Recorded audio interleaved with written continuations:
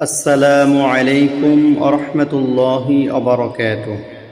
প্রিয় ভাইরা এবং বোনেরা, আমরা সাধারণত এরকম দিনগুলোতে যখন আমরা কোনো আমল করি বা কোনো ইবাদত করি, তখন যেমন একটা কোরআনে কারীমের অক্ষর বা একটা আয়াত পড়লে 10টা আয়াত সমতুল্য নেকি পাওয়া যায়।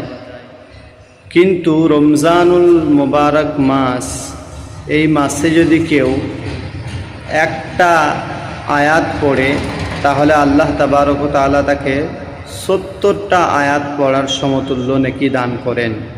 রমজানুল মুবারক মাস একটা বড় গুরুত্বপূর্ণ, আমাদের জন্য খুব দামি, খুব কিমতি একটা মাস, যেই মাসে 1 রাকাত নামাজ যদি পড়া হয়, তাহলে 70 রাকাত নামাজ পড়ার সওয়াব তার আমল নামাতে লিপিবদ্ধ হয়। এবং যদি 1 টাকা দান করা হয়, 70 টাকা দান করার সওয়াব আমল নামাতে লিপিবদ্ধ করা হয়। সুবহানাল্লাহ, সুবহানাল্লাহি ওয়া বিহামদিহি।